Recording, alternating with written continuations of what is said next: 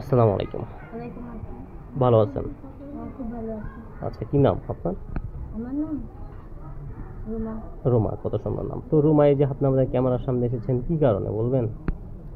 আজকে অনেক কষ্ট করে আছি। আচ্ছা, তো আপনার কষ্ট সুখ দুঃখের কথা শুনবো, বলেন। আমার কষ্টের কথা বললে তো নিজেরই চোখ দিয়ে পানি পড়ে। আচ্ছা, তো কেন পানি পড়ে? কি করবো, বাপে তো দিগায় না, আরেকটা বিয়া করছে। তার মধ্যে আমি কাজ করি রোদে পুজা, ওই কাজের টাকা দিয়ে ঘর ভাড়াটা চলাই লাগে। একবেলা খাইলে আর একবেলা যেতে না, তারপরেও চেষ্টা করি। আচ্ছা আচ্ছা, মানে অনেক কষ্ট হয়। হুম। আচ্ছা, তো কোথায় থাকেন আপনি? আমি থাকি বর্তমানে এখন ঢাকাতে থাকি ভাড়া। আচ্ছা, ঢাকা থাকেন। দেশের বাড়ি কুমিল্লা। আচ্ছা, কুমিল্লা না? তো বলা যাচ্ছে আপনি কুমিল্লার মেয়ে। হ্যাঁ, কিন্তু কুমিল্লা আমার বাড়ি ঘর নাই।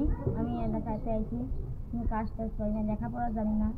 লেখাপড়া তো বাপ মাই দেখি নাই কখনো জন্ম থেকে, এই জন্য লেখাপড়া করতে পারিনি, এই জন্য তো কাজ করি। আচ্ছা, জন্ম থেকে কাকে দেখেননি? দেখি নাই গেলে মা বাপকে। ও, মানে জন্মের পর থেকে আর দেখেননি? না।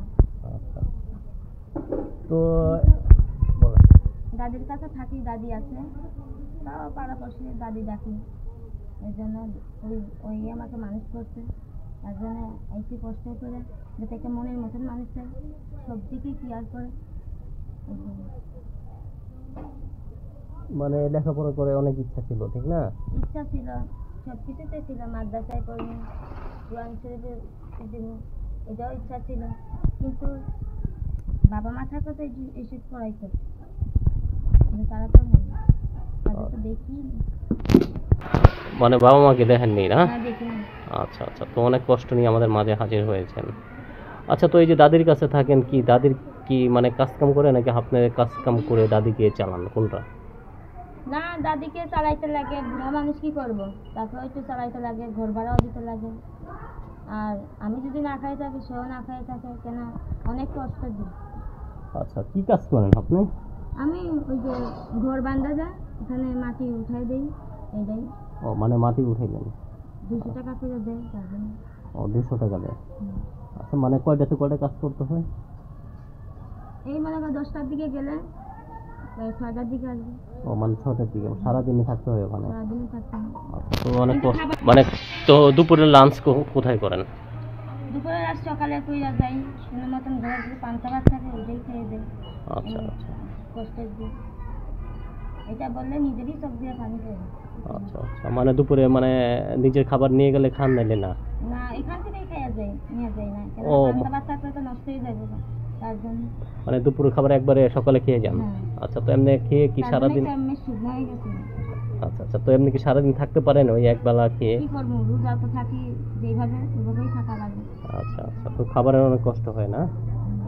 আচ্ছা আচ্ছা, তো এমনি মানে কাজ করেন কত বছর যাবত? অত বছর না, ওই আমার দাদি যা একটু বুড়া হয় না, তো আমি একটু কাজ কাম মন দিই। কেন ঘর ভাড়াটা তো কেউ মানবো না, না খাই থাকতে রাজি আছি, ঘর ভাড়াটা বেশি চিল্লাচিল্লি করবে না, থাকার তো জায়গা চেষ্টা করা লাগে, এই জন্য আর কি, এই জন্য কাজে দিই। আচ্ছা আচ্ছা আচ্ছা আমার কাছে 100 টাকা দিলেও আমার কাছে বেশি, 200 টাকা দিলেও বেশি, কেন আমার ঘর ভাড়াটা চালাই জন্য। আচ্ছা আচ্ছা, তো ঘর ভাড়া কত আবার? ঘর ভাড়া বেশি না, 2000 টাকা কারেন্ট বিল দিয়ে। মানে 2000 জন্য টাকা? একটা মানুষ চাই, যাতে আমার পাশে দাঁড়ায়, হেল্প করে, আর ওর তার কাছেই যাতে আমার জীবন সঙ্গে সারা জীবন থাকতে চাই। আচ্ছা আচ্ছা, তো এই একটা মানুষ কেমন হবে আপনার জীবনে? কালো হোক আর ধোলা হোক, ভালোবাসার কাছে কালো ধোলা মানে না। মানে ভালোবাসার কাছে কিছু মানে না? না। আচ্ছা আচ্ছা, তো আপনি চাচ্ছেন যে আপনাকে ভালোবাসবে, তাকে আপনি আপন করে নেবেন না? হ্যাঁ, আচ্ছা, তো সারা জীবন আপন করে নিতে চাই। আচ্ছা, এমনি কোনো ভালোবাসার মানুষ আপনার জীবনে আসেনি? জীবনে আসলেই কি হইল, কিন্তু মনের কষ্টের কথা শুনলে সবাই চলে যায়, মানে মনের কষ্টের কথা?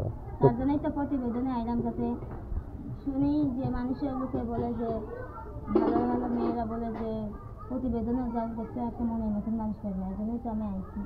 আচ্ছা আগে একটা করছিলাম, কিন্তু তোমার মনের মতন মানুষের আমাকে সাহায্য করতে চায়, কিন্তু আমি চাই সারা জীবন তার পাশে দাঁড়াই, আর সেও আমার পাশে দাঁড়ায়। তো আপনার কষ্ট কে শুনেছে, মনের মতো কষ্ট? মনের মতন কে কষ্ট শুনবে, যে ভালোবাসবে সেই শুনতে পারবে। আচ্ছা, যে ভালোবাসবে সে শুনতে পারবে। সেই কষ্টের কথা শুনবে, আর আচ্ছা সেই পাশে দাঁড়াবে। আচ্ছা, অন্য কেউ শুনবে না, না? মানুষের ভিতরে হয় একদিন না একদিন কষ্ট পাইছে, সেই কষ্টের কথাটা বুঝতে পারবে। আচ্ছা, তো কোনো ভাই যদি আপনাকে পছন্দ করে অথবা কথা বলে, কিভাবে কথা বলবে? কিভাবে কথা বল ভাই, আমার খারাপ কথা আমি পছন্দ করি না। আমি একটা ভালো মেয়ে, আমি খারাপ কথা চাই না, আর আমিও তার সঙ্গে খারাপ কথা হ্যাঁ বলবে যে আমার জীবন সঙ্গী হবে, তার যদি খারাপ কথা বলে তার কথা আমি মাথা পেতে শুনবো, কিন্তু বাড়তি লোকে যে খারাপ কথা বলবে এটা আমি চাই না। কারণ আমি চাই আমার মনটাই না একটা, আর মনের মানুষ আমি একজনই চাই, 12 জনকে চাই না। আচ্ছা, তো আপনার নাম্বার কি দিবেন? আচ্ছা, তো প্রিয় দর্শক দেখতে পারেন সামনে এক বোন দাঁড়িয়ে আছে, বাবা মা নেই, দাদির কাছে থাকে। যদি কোনো ভাই তাকে পছন্দ করে থাকেন সরাসরি তাকে ফোন দেবেন, আর বিয়ে করলে সেক্ষেত্রে তাকে ফোন দিবেন, তার দাদির সাথে যোগাযোগ করবেন, একটু যাচাই বাছাই করে নেবেন। আচ্ছা, তো নাম্বারটা বলে আমার সাথে কথা বলুন। আচ্ছা, তো নাম্বারটা হলো 01 85 02 59 527।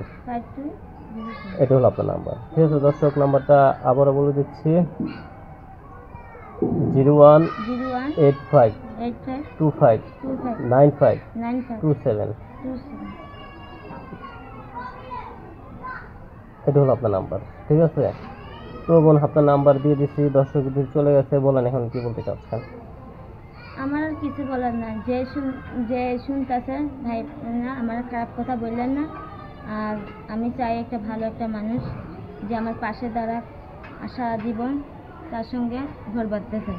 আচ্ছা, মানে সারা জীবনে ঘর বাঁধতে চান?